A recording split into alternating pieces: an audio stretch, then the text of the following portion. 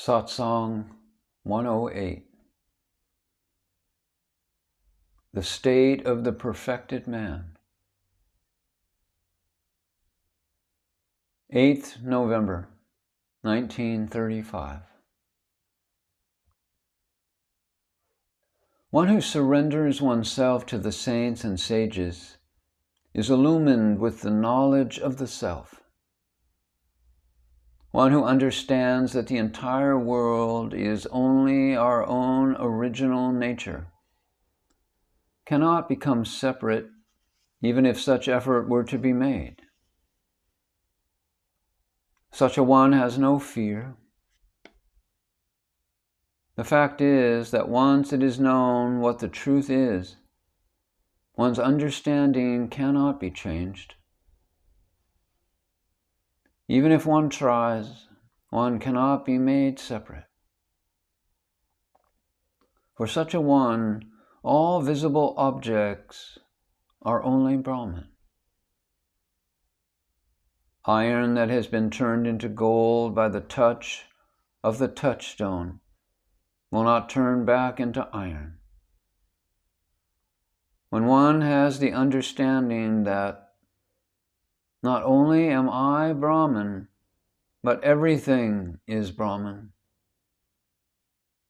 never again become separate or estranged.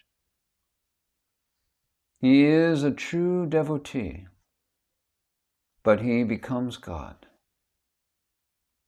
He has understood by his own experience that in essence he is only Brahman. Even to use the word became is a wrong statement. He was already God. Such a one the saints declared as a free man, a perfected man, which they called as their own relative. The individual is Brahman, nothing else. Saints have taken him into their fold and given him a place of rest. As one is convinced that God is the devotee and the devotee is God. Now all need for further talk has ended. God should be seen in the devotee. The true seeing is to see oneself as God. That which we were calling a monkey, the mind, has now become Maruti, or Hanuman. He is now God. He has become Param Atman. In the name and form, he became God.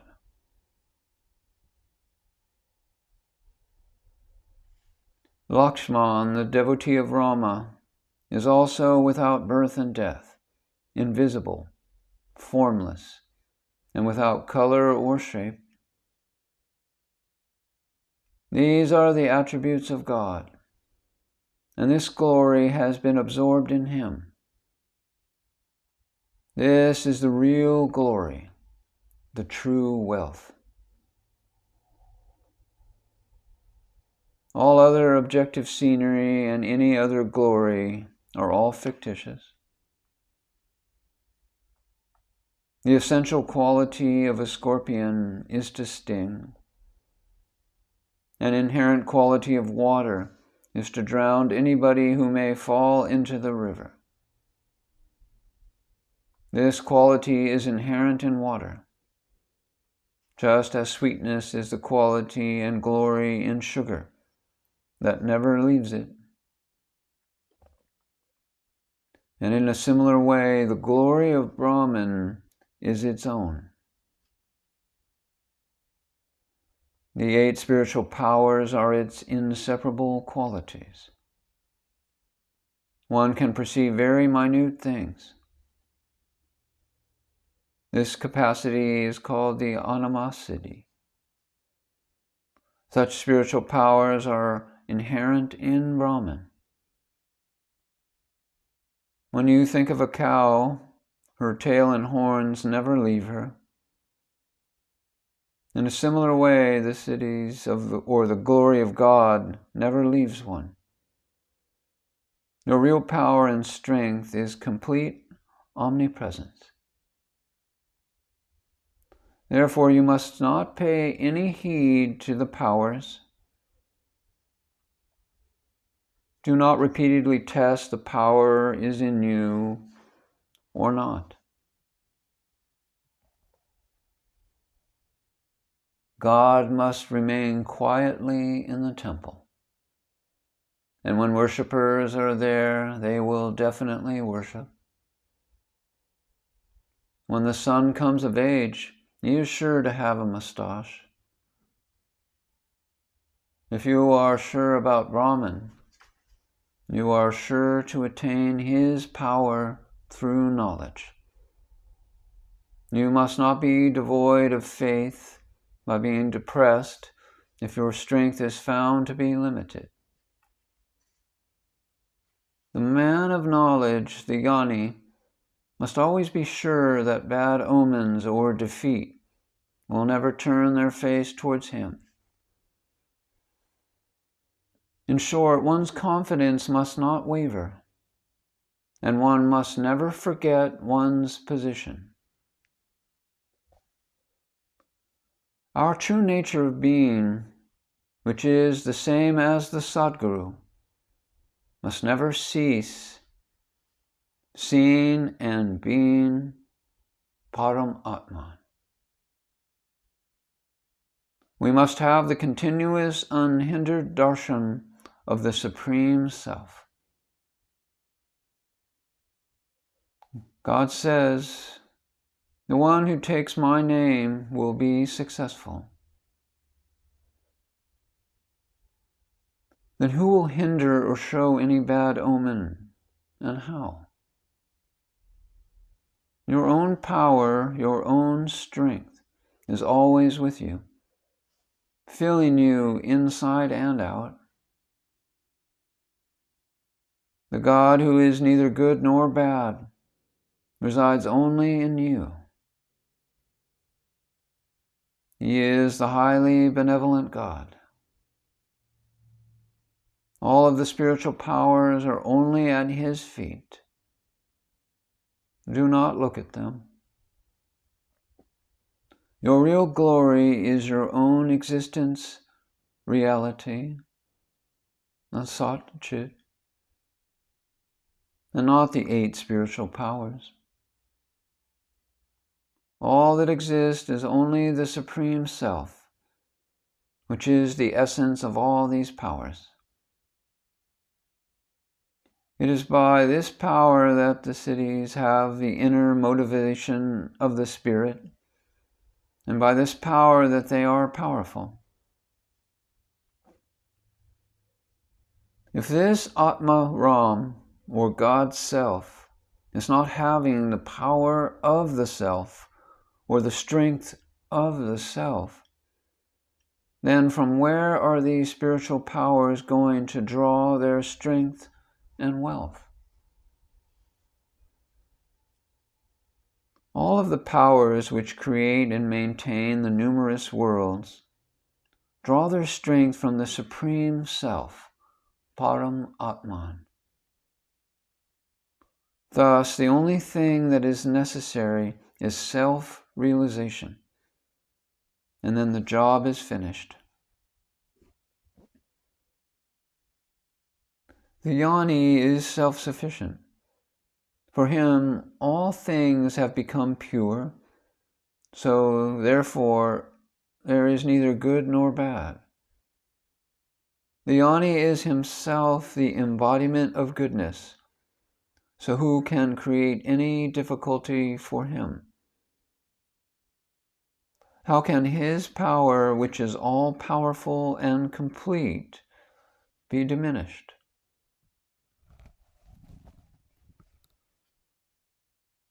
All spiritual powers get their power and strength from the Supreme Self only. Shiva is the embodiment of goodness. So never think of bad things. All glory is in your own being. Do not harbor weakness in your mind. All is well and all is auspicious. In the individual, the jiva, all types of evils and unwanted things are there. But in Shiva, all is glorious fullness, all is auspicious.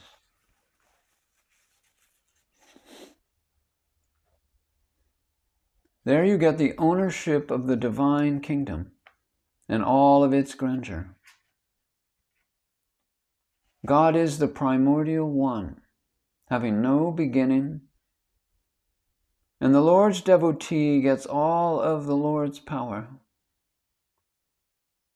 Now the devotee is God, right before our eyes. How can the Lord's power leave him?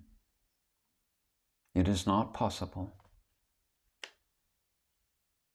It is said that when a black cat crosses our path, it is a bad omen.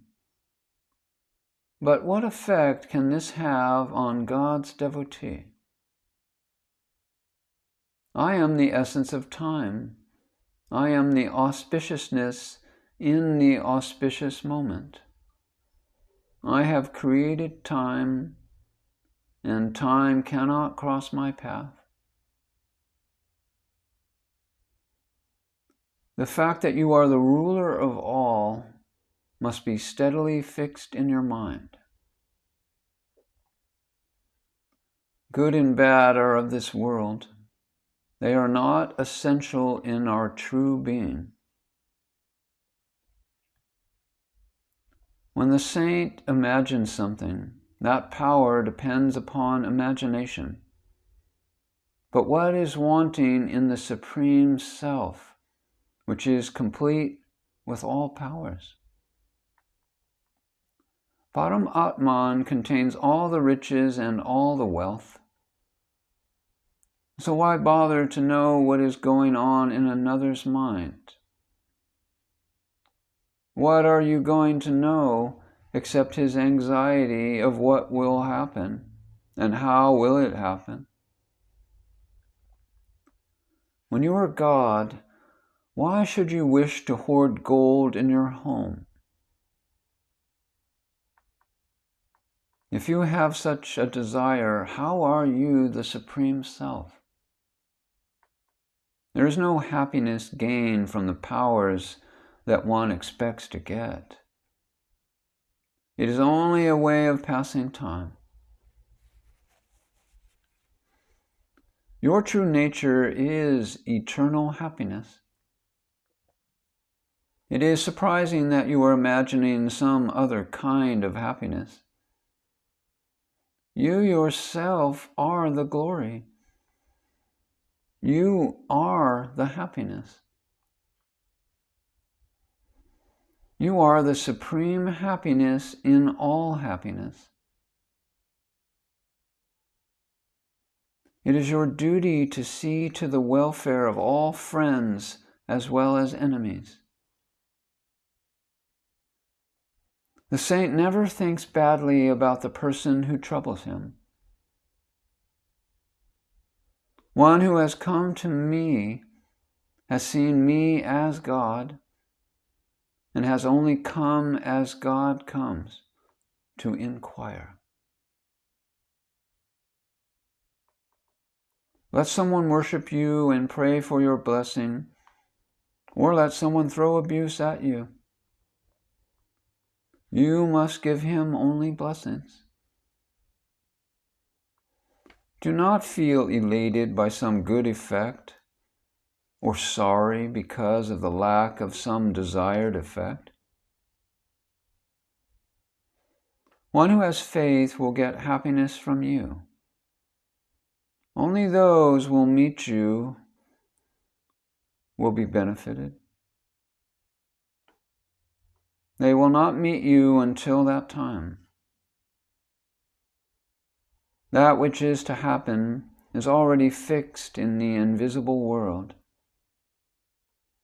Your prophecy is just an indication, but it is true that it is necessary. Your benediction should be there. That the work will be accomplished is the extent to which it is already fixed. The doctor gives medicine in order to restore one to health, but some patients might die. What blame is there on the doctor? It is enough if the doctor has a real desire for the patient's recovery. You become a saint not for other people, but only for yourself. If anybody gets the benefit from this, let him have it. But you must not think about what you will get, nor should you worry about your power. Never deviate from the faith in your own state of the self, Atman.